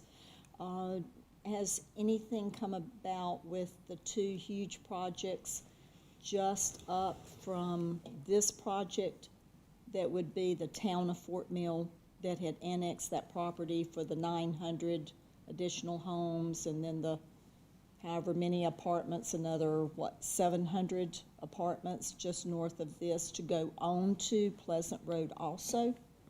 Has anybody taken that into consideration? Yes, the TAA did take into account those projects. They did take Yes. that into consideration? Yes. Okay. On a 2-lane road? Any other discussion? With the schools, the 2 schools that are there? Also, The existing schools? the existing? Yes, they're the TIA takes into account all existing and the And- projects underway. And, Yep. and future projects, right? Because you got two projects that are being built there. from- As long as the projects have been approved, yes. That, yeah. I have a question, Jonathan. Ms. Love? Was this the development, I think this was a development, that the people that live in Four Seasons were concerned that they would cut through their development? This is, and the residents spoke at the public hearing, and a lot of them, as you mentioned, were concerned about traffic being forced through their neighborhood, but that was only if the planning commission recommendation for that no left movements out of the site were to be adopted. Without that condition, there isn't that fear that that's going to happen. Right, that was the stickler, was the right-hand turn only. Any other discussion? All those in favor say aye. Aye. Any opposed? No. Motion carries 6-1. All right, we move now to new business. Council to approve authorizing the expenditure of $54,037 in York County Forever Commission funds to Nation for Land Trust for expenses related to a conservation easement on approximately 373 acres of property along Smith Valley Road in York and referred to as tax map numbers 217-00-00004, 217-00-00018, and 217-00-00003. Do we have a motion? Motion to defer. Do we have a second? Second. We have a motion and a second to defer. Ms. Love? So, I am actually on the Nation for Land Trust Board, but I would like, I've asked county management to look into this, a little bit further, and so it could probably go back on the agenda, second agenda in June, but, there's some questions I'd like to have answered before we approve that. Any other discussion? I'd rather not. I just want to take a little dive into it. Any other discussion? I will say, I mean, certainly nobody's opposed to looking at and price checking some things, but I think that Nation for Land Trust is the vehicle to do this. This is a huge parcel of property. I would hate for us to miss out on making sure that we have conservation easement. I fully support this, and if it's a deferral, it's a deferral to the June 20th. Is that June 20th council meeting? And let's just make sure that's clear from the motion maker and the second. We're moving it to the 20th. So I make a motion to change my motion to defer to June 20th. Second. Motion and a second. Any further discussion? All those in favor say aye. Aye. Any opposed? Hearing none, motion carries. Move now to item number 2, a new business. Council to consider first reading of an ordinance to amend Chapter 154 Land Development Code to clarify cluster subdivision design requirements, to clarify traffic signs installation responsibility, to modify tree conservation requirements and mitigation, to establish the York County Tree Fund, and to clarify the applicability of a traffic impact analysis, to amend Chapter 155 Zoning Code to revise the definition of large capacity event venue to allow event venues as a conditional use in AGC, AGC1, RUD, and RUD1, to amend the development standards for event venues, to eliminate rural event venues as a temporary use, to modify the maximum duration of temporary special event uses, and to clarify non-conforming structures allowed in the riparian buffer, to provide for a public hearing, and to provide for other matters relating thereto. Move to approve. Second. We have a motion and a second. Any discussion? Yeah, I'll just say, this came through, Debbie's, Planning and Zoning Committee with Bump, Roddy, and myself. And there are a couple things here that we didn't discuss in committee, so I followed up with Jonathan just to be sure. The traffic, I guess, road signs, just clarifying that Public Works, installs those rather than developers. Is that right, Jonathan? And then, we are not finished dealing with the event venues, but in committee, we decided that there were some things that we could do that would go ahead and let some of those, possibly start operating if they qualify.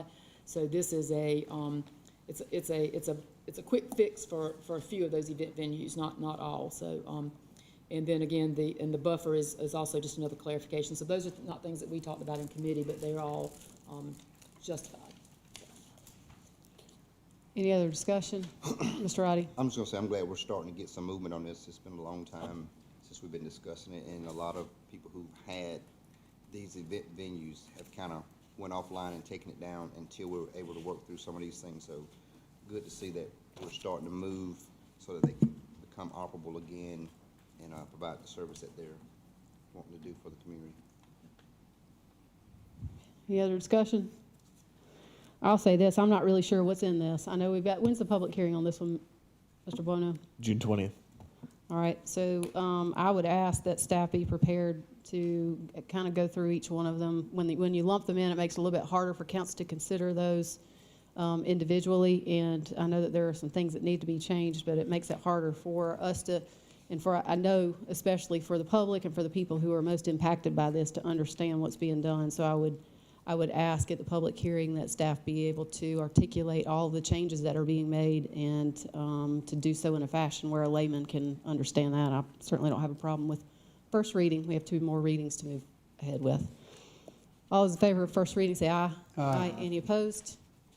Hearing none, motion carries. Council to approve a resolution committing York County to enter into a fee agreement with company identified under the code name Project Cobra, which includes certain credits against fee in lieu of tax, fee low payments for certain investments in infrastructure and other matters related thereto. Move to approve. Second. Motion and a second. Any discussion? All those in favor say aye. Aye. Any opposed? Hearing none, motion carries unanimously. That was one of the biggest deals we started. Yeah, that's solid. It's called. well, it's not that, that's just confidential. Council to consider first reading by title only of an ordinance to amend section 30.09 of the York County Code of Ordinances, election and appointment to boards and commissions, to add new subsection E3 to specify that all district-specific appointments to any York County Board or Commission, whether by direct county council appointment or by recommendation for appointment, shall be required to maintain their residence in the district appointment throughout the duration of the term of appointment, or be subject to immediate removal and replacement. To clarify that any countywide appointee moving out of the county shall be grounds for a board member's immediate removal and replacement unless an extra county domicile is specifically permitted by ordinance, and to provide for other matters related thereto. Move to approve and expend with committee. Second. Motion and a second. Any discussion? All those in favor? What are you saying with the committee? It doesn't, so this basically doesn't need to come to committee. This is Okay. just putting the people who, when we did the redistricting, they felt outside the district that they were representing, so it's just to put people back. It doesn't put them anywhere, it just opens those seats back up for people to apply for. Right. If you're appointed to a district, you have to remain in that district for the entirety of your district appointment. Yep. All those in favor say aye. Aye. Any opposed? Hearing none, motion carries. Item number 5, council to consider first reading by title only of an ordinance to amend section 91.05 of the York County Code of Ordinances, County Library Board, created composition, officers, meetings, in order to reduce the size of the County Library Board to 7 district-specific members appointed by County Council, to clarify conditions for membership to the board, and to provide for other matters related thereto. Move to approve and expend with committee. Second. Motion and a second. Any discussion? Yeah, I can do that one too. Okay. We'll start with the motion maker and move on down the line. Ms. Love. Okay. So this one, we would just like to reduce that board. There are 2 people that are, we're reducing it by the at-large members, but there are 2 people who are at-large members who will be able to apply again, because what we just did, number 4, opens up a seat in District 7 and District 5. So they can reapply. And if we wait to do this, those spots would be filled by people that are moving gonna apply before they get the opportunity. So these two kind of things need to be done in conjunction, just timing wise, if those people want to apply to continue to be on the library board for those two districts. So how many board members we have now? 10. There are 10 now, and there will be 7. So And why? we're removing the 3 at large. Any particular reason why we're removing that at large? Well, I think we're gonna be going through some other boards and commissions too, so we just started with this one, because that's, if we remove those at large, those 2 members who are in different districts will be able to reapply. Whereas right now, they can't. Any other discussion? Yeah, so I had the same question you had, Bump. I asked, why are we reducing from 10 to 7, getting rid of the at-large seats? Because I'm kind of in favor of at-large seats, and I'll leave that comment to that. But, so my understanding is the reason behind this is because they're having trouble with attendance. So when they're having trouble with attendance, they can't vote because they don't have a quorum. So, you know, no offense to the library board, but I did go back and read through some of the minutes, and you know, it's, maybe they're meeting too frequently. I think they meet once a month, and the content maybe. So the issue is maybe the people that are serving don't feel like it's time well spent attending a meeting. I'm just cutting to the chase here, apologize.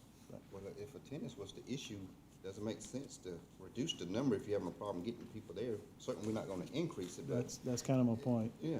It's gonna make it hard to have a quorum if you only have 7 versus 10 potential to show up. And if you're having a problem with a quorum with 10 members, you're certainly gonna have a problem with a quorum at 7 members. Yeah, I think the focus needs to be on the purpose of the meeting and how often they meet in hopes Right. of increasing attendance. But that's not our job. I'm No, just we don't pointing, get- we I'm don't just get pointing set that that. out. So, Any other discussion? one question though, yeah. So you mentioned that, and you must be spearheading this, where you want to go through I'm and not just, spearheading it, I just did I'm not spearheading it, I just did all the due diligence on okay, what those at-large members, like when we, they're gonna be, so those 2 are gonna be taken off of the library board. And if they wanted to apply again, they can apply now for the, I mean, there are 2 of the at-large members can apply for those seats. right. But I heard you say, and we're going to go to other committees and do the same thing, which means we're going to remove the at-large. No, not necessarily. There was one that, I mean, we've just got multiple boards that are, that, I'm not gonna name them all, but there are multiple boards that we discussed reviewing, and,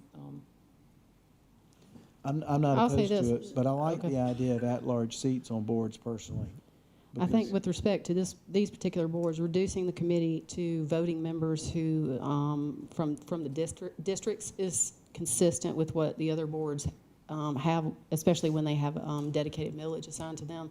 I think there are ex officio parts, but actually having voting membership on that, I think in addition to helping with quorum and accountability and following the boards, I support this. I'm sorry if I left any of you out. Or any comments on this before we move to a vote? Okay, all in favor say aye. Aye. Any opposed? Opposed. Motion carries 5-2. We move now to committee and other reports. Economic Development Committee, Chairman Tom Audette. So, present at our meeting on May 16th, we had Councilwoman Love and Councilman Huckabee. It was a good discussion. We talked through future opportunities when it comes to small business, when it comes to opportunity for growth in our area. So there'll be additional information, I think, around possibly setting up maybe a future grant program for small businesses. It's kind of a rounded discussion we had, but I think it was very positive, very positive. And outside of that, again, I think that we've got a lot of exciting things going on economic development, and businesses are wanting to come in the area, so it's very good news. Excellent. Thank you, Mr. Audette. Health and Environmental Protection Committee, Chairman Watts Huckabee. Yes, ma'am. So our last meeting was on May the 18th. So a couple of things I just want to remind you of. Number one, last year, well, when I joined council, we all received letters from retirees complaining about their increase in premiums for the retiree health insurance coverage. Y'all remember that? All right. So what happened was the state actually levied an 18.1% increase in health insurance cost, which is a lot. And then we didn't get that, or the county, I wasn't on county council then, but they didn't get that notice until late like November-ish. Kevin, is that correct? November? Correct, because the increase to the retirees is calculated by the actuarial, so there's the time delay. Yeah. So there was an increase. The increase came late, later than it normally does. So there wasn't time really to communicate this with the retirees. That was on 365. Yep, I'm gonna go over that. So, they obviously complained, and I would. If I were on fixed income and my premiums went up $200 or $300 a month, I'd complain as well. So anyway, what we've done is we've implemented a communication. So we're asking staff to send a communication out in July, September, November, so they're aware of what's going on with their renewal. Now, let me just share this very quickly, and then I'm gonna get to a suggestion. We have 5 groups of retirees. We have retirees that are working full-time to be eligible for retiree coverage. So we have those that are still working, trying to qualify for retirement, okay? We have those that are working and are already eligible for retirement. We have those that are not working full-time, eligible but not 65. We have those that are not working full-time, eligible, and are 65. Now, I think Kevin just said it. The group that falls into, correct me if I'm wrong, Kevin, not working, but not 65. At some point, council, not this council, previous council, voted to change their calculation of premium to an age-rated premium, and that's really the only group that's getting an increase in their cost. So the 4 other groups don't get an increase. It's just that one group that gets an increase. So that's the group that has worked, earned retirement, but they're not 65 yet, because when they turn 65, we allocate $350 a month for the employee and for the spouse for insurance coverage, okay? So that's the group that was complaining about their premiums. It's not all of our retirees, it's just that group. Does that make sense? Yeah. All right. Now, next year, there's a possibility that the county may look at options for their health insurance coverage. Assuming that they do, there are some federal laws that could benefit the county. So with that being said, there was a second piece. First piece was communication. How do we avoid the retirees getting a notice or getting a premium increase? How can we avoid that? We avoid that with proper communication. So that's already been addressed. Number 2 is there anything that we need to do with retiree benefits? And so our group, Tom and Bump, myself, we've decided we want to postpone that discussion until, I don't know, not this time next year, but maybe March or so, that we begin to talk about this again when we're vetting whether we have another option on the table with the benefits for the county. So we're going to postpone that part of the discussion. Because if we make a decision on that now, it could be affected by what we might be able to do next year. I just have to leave it at that without giving too much detail. Okay? Thank you, So our sir. committee's done on this topic until next year. No recommendations out of committee. No, ma'am. Thank you. Public Works Committee, Chairman William Bump Brady. All right, so Public Works Committee met on May 31st. Myself, Debbie, and Tommy Atkins were present. One of the things that we're working on is looking at how do we curb some of the litter that we're seeing on side of the roads from people traveling to our recycling centers and our landfill with unsecured loads, which mean they have to have their trucks or dump trucks or whatever covered with tarps. And we've been talking about putting some more teeth into those penalties. You know, some people show up at the landfill, they get a $25 penalty, but he's driving for a company which that individual never pays. That ticket, it goes to the company. So we're really looking at putting some teeth in, because we're starting to see, well, not starting, we've been seeing over the last several years how our roads are getting littered, and we believe that it's coming from uncovered loads. We don't believe people are just riding down the road with the intention of just throwing stuff out the window. It happens, but for the most part, the bulk of the litter is coming, blowing off people's trucks, going to the recycling centers and landfills. One of the things we're looking to do is increase that penalty significantly. Another thing that we're looking at doing is also hiring an agent that works at the landfill and can also go between the recycling centers to support when a ticket is issued, that he's able to go to court, because the fine, we're looking at upwards of a maximum of progressive increase up to about $500.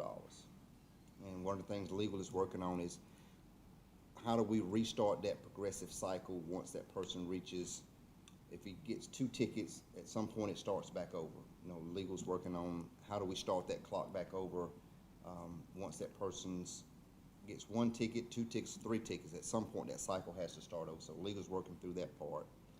And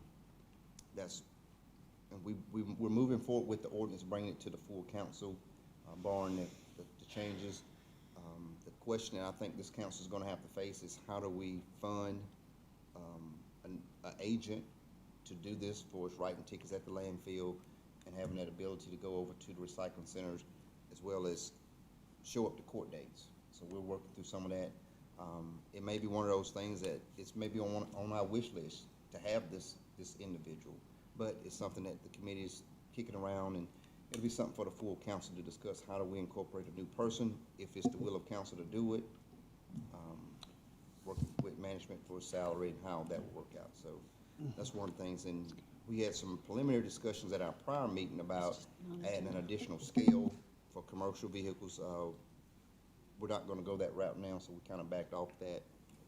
But that was basically the gist of the meeting. Thank you, Mr. Rowdy. Finance and Operations Committee, Chairwoman Allison Love. We met today at 5:20, and present were Mr. Audette in the nick of time. He got stuck in traffic. And Tommy Atkins.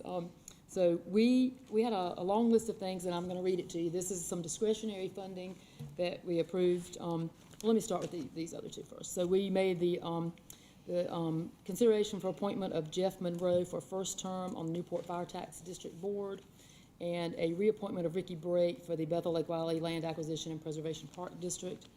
And I've been practicing saying that for a while now. So let me just read through the discretionary funding that we have approved for tonight. So the committee to consider allocation of funds from District 2 to the Clover Fire Department in the amount of $1,000. From District 2 to Moped to Memphis in the amount of $1,500. From District 2 to the Roosevelt Community Watch in the, in the Roosevelt Community, Birth Community Watch, $3,000. Committee to consider allocation of funds from District 2 to the United Men's Club of Clover for $1,500. From District 2 to Lake Wiley Children's Charity in the amount of $2,500. From District 2 to the Stelly J. Jackson Enrichment Center in the amount of $2,500. Let's see. Okay, and then the allocation of funds from District 4 to the Rock Hill Police Department Worthy Boys and Girls Club in the amount of $2,500. Committee to consider allocation of funds from District 4 to the Boys and Girls Club of York County in the amount of $2,500. Committee to consider allocation of funds from District 4 to HOPE, that's HOPE, stands for Helping Others Progress Through Education, in the amount of $1,500. Committee to consider allocation of funds from District 7 to York County Veterans Affairs in the amount of $5,000. Committee to consider allocation of funds from District 7 to Defend the Fatherless in the amount of $5,000. Allocation of funds from District 7 to Fort Mill History Museum in the amount of $10,000. From District 5 to Safe Passage in the amount of $3,000. From District 5 to York County Veterans Memorial Park in the amount of $3,000. From District 5 to Worthy Boys and Girls Camp in the amount of $5,000. From District 5 to Oakdale Fire Department in the amount of $7,500. From District 5 to Emily House Nonprofit in the amount of $1,500. And we also approved the minutes from the former May 1st Finance and Operations Committee meeting. And then we got a finance update from Mr. Sigler. Thank you, Ms. Love. We do not have any citizen concerns. Council member new non-agenda comments. I'm skipping that item. Really? I'll say this very quickly. So with the budget, I'm still concerned about animal control, and what I'm concerned about is prevention. 82% of the dogs that we have currently are bully dogs, and they're not necessarily adoptable. So I look forward to York County Animal Control coming to us with some recommendations for us to consider on what we can do to reduce the number of dogs and cats in York County, because there are a lot. And then secondly, I do want to continue on with what's going to ultimately happen at the coroner's office, just to make sure that their needs are taken care of. And I think we're going to discuss that at a workshop. Ms. Love? So I have spay and neuter on my list also. There's a petition that's been going around York County that has a lot of signatures on it now, and when I've been asked about that, I've just said I'm going to take Bobby Comer's suggestion. That's going to be vetted by management, and so what I would like to ask is that, I understand that recommendation is almost ready for us to see. That's So good. what I would ask is that once management has vetted that come before your committee, Public Works Committee, as soon as possible, because we're getting a lot of calls and emails about that. And that is a program that will help with animal control. It will help control animals, so at the shelter. So the second thing that I would love to be able to have referred to the Planning and Zoning Committee is countywide connectivity, and that is where we have for those of you who got your report from Josh in the Planning Department, you'll notice that down the right-hand column are mostly twos. That stands for District 2. And much to my chagrin, there is a lot going on. So one of the biggest issues and things that people are losing sleep over in Lake Wiley is the possibility of a Harris Teeter coming. Not because we don't want a Harris Teeter to come, but because our ordinance requires that Harris Teeter to connect to one of our really quiet, more senior neighborhoods. And so in looking at that and listening to the neighbors, I just discovered that I'm not a big fan of connectivity. Connectivity from residential to residential is a very positive thing. Connectivity from commercial to commercial is a positive thing. But when you start to connect a well-traveled road from a Harris Teeter parking lot, going to be a very busy Harris Teeter parking lot, into a residential neighborhood where those houses that are there now actually will face that road. That road will be their front view. So I would just like for us to be able to discuss that in committee if we can, and figure out, when's that the right thing to do and when is that not the right thing to do. Explain that again. If we're asking to refer that, help me understand. Refer that to the Planning Refer and Zoning which? Committee. Articulate it for me again. Okay, I'll give you the short version. Connectivity, residential to residential versus residential to commercial, commercial to residential. I never have any objection to referring anything to a committee unless there is objection from this council. I think we refer that to planning and zoning to look at the connectivity issue. And then the spay and neuter, can we refer that to Public Works? Isn't she coming to present to council? I don't know. I think she is. That's what I asked her to do. So We'll wait for that then can be referral. referred to. We'll wait for the presentation and then we'll refer it after that. At least the council will get some information. We have not scheduled any presentation. We are evaluating the animal control, spay and neuter, everything. I think it's appropriate to refer it to a committee. What are we referring exactly, though? I mean, I think, the connectivity issue is one that's an existing ordinance that can be looked at and revised. I want to be real clear before we refer something to committee, what it is. Specifically spay and neuter recommendations from staff. So are there any specific recommendations to? Not at this time, To there's refer? not. Okay. Why don't we get a little bit more, Mr. Roddy, it's your committee. I was gonna say, I find it interesting, all this talk about animal control that's going on, and no one's talked to the Public Works Committee chairman. So make of it what you wanna make of it, but I think I'll just say it is I feel kinda slighted that all these moving parts are going on, and no one's even mentioned to me. Bobby hasn't called me, which it's not staff's job to call me, but if she wants to work through something with animal control that's gonna come to this council, you would think the chairman of that committee would have at least gotten a call, would have gotten an email or something. So whoever's initiating this, I take it as a slight at this point going forward, that any conversation that surrounds that needs to come to the chairman. All right, well, this is council member new non-agenda comments, and so for purposes of referring this so that we don't get into a discussion about it now, Yeah. I think let's doesn't sound like there's a rush to refer that. I think we might need to detail what the items are. Certainly, I know at one of our workshops that council was very interested in trying to find ways to cut down on that because it was costing the county a tremendous amount with the animal control. And so I think there's a sentiment to look at that, but I think we need to drill down on what we would refer to committee and so that it is manageable for the committee chair to deal with. Are there any other council member new non-agenda comments? Yeah, I got a couple. First thing is the new access transportation program we put in TGK, Lake Wiley, and Fort Mill for the elderly and disabled. It's really been taking off well. The numbers, I've been getting an update from the Council of Aging, and people are really utilizing it, and it's been a big benefit to the elderly and disabled. So I guess want to share that good news. And again, Fort Mill, Lake Wiley, and TGK have it now, so it's a good news story to get them to doctor's appointments, et cetera. So good program. The other thing, though, I actually want to refer something also to Public Works. I think this is the night for it, right? There you go.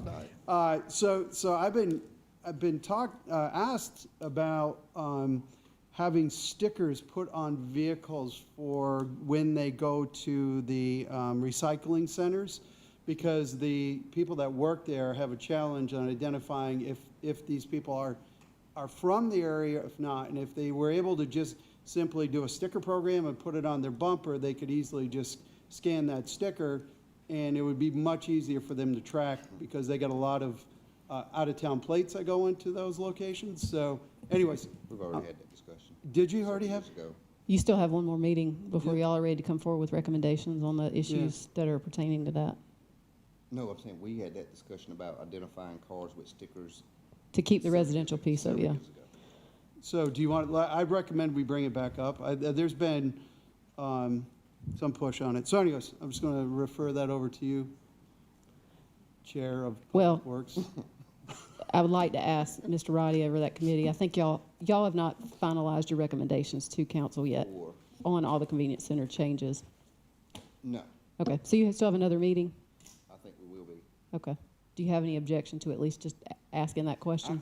We can pull up the notes from when we had that discussion about identifying vehicles from a previous year. That was a way to try and make sure that the waste that's being disposed of is actually being disposed of by York County residents and that we aren't taking on the responsibility. But it's a bigger question. I just want to if you're comfortable with at least taking a look at that at your last meeting. I know, it's getting warm up here. I think that's an encouragement for us to wrap up. Yeah. Yeah. Okay. Any other non-agenda comments? Ms. Cloninger. Okay. Saturday, I was just informed of this today. Saturday morning, a 16-year-old died of a fentanyl overdose. Our Flint Hill Fire Department responded to that, and our Sheriff's Department has got a three-month initiative where they're doing some crackdown. We don't know where they're going to be or when they're going to pop out, but I pray that fentanyl, somehow, some way we can get control of this deadly drug. Let's just all be aware of our families, our children, grandchildren, and education is a huge part of this. My heart goes out to this family. We're praying for you. Anyone else? Other than giving Kevin a bucket of asphalt and a shovel and getting him to fix roads, Go I'm fix ready the to roads, go Kevin. home. So tonight is probably one of the most difficult for folks that have sat on this council. Budget night, third reading of budget is usually pretty difficult. And I want to say thank you to the council members for being transparent and upfront about that. I will say that there are things in there that I don't think we all agree with, but that's part of passing a budget, is trying to make sure that you do the best for the people in the community. And at the end of the day, what has been presented to us is something that decreases. The debt millage is coming off 3.5 mils. There's no increase in the general fund operations, and every single county resident will see a decrease in their millage on their bill. It will vary based upon the changes in the needs of the county, but I think that is something to celebrate, and I think it's in line with the conservative principles of this council to make sure that when we roll off that debt millage, the community will see the benefits of that. And so I think that is a good thing. And this is something that is still in resolution, but $1 billion investment in the community is something not to scoff at, and I hope that that continues to move forward. Do we have a motion for executive session? Any need for executive session? Wow. Yeah, that's wild. Well, hang on a minute. I wasn't expecting that. Do we have a motion to adjourn? Motion to adjourn. No second? Motion and a second. All in favor say aye. Aye. Any opposed? Hearing none, we are adjourned.